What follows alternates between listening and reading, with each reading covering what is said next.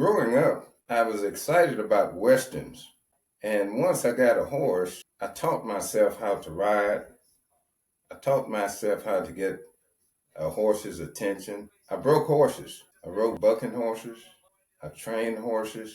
I've had some of the toughest rough stock that you could possibly think of, but I had no fear.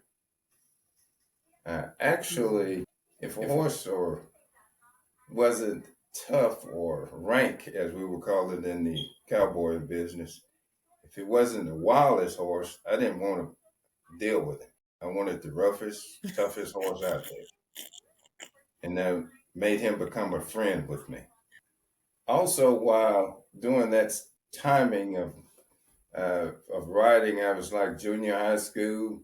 I would have horses that I could train to compete with others that are not of my race. And it got to the point to where when I showed with them, um, they stopped me from showing. They told me that I couldn't compete with the other kids of my age. And they said I was too far advanced. Wow. So therefore, that even fueled the fire more for me to want to pursue it even deeper and further. I had to compete with the older people, the grown-ups.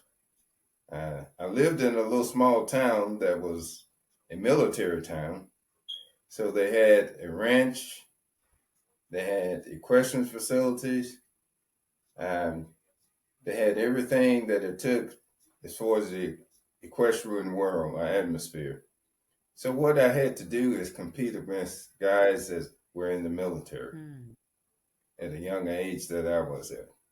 It did nothing but make me better. Very first horse I had was an Appaloosa. All the horses that my friends had were saddle horses, which was a smooth gait, and somewhat the gait that you almost the gait that you saw me riding on the video. Well, in an Appaloosa and a quarter horse, you're in a galloping, and it's more or less like a run or a gallop or trot. I made my Appaloosas and quarter horses be as smooth as some of their saddle horses. So I was the oddball. Mm. They rode smooth. I had a horse that would run, that would cut, that would turn, that would back up. And I made my horse do what their horses did, plus what he could do. So I was pretty good on quarter horses.